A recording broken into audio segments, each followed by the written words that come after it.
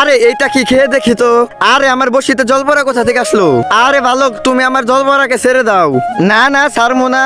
ছাড়তে পারি একটা শর্তে। তোমার কি লাগবে তুমি বলো, আমি তোমাকে তাই দিব। তুমি আমাকে এক বালতি স্বর্ণের মাছ দিয়ে দাও, তাহলে আমি জল ভরাকে ছেড়ে দিব। আচ্ছা, এই নাও তোমার স্বর্ণের মাছ। আরে বালক, তুমি তাড়াতাড়ি করে আমার ছেলেকে ছেড়ে দাও। আপনি আমাকে অনেকগুলা টাকা দেন, তাহলে আমি আপনার ছেলেকে ছেড়ে দেবো।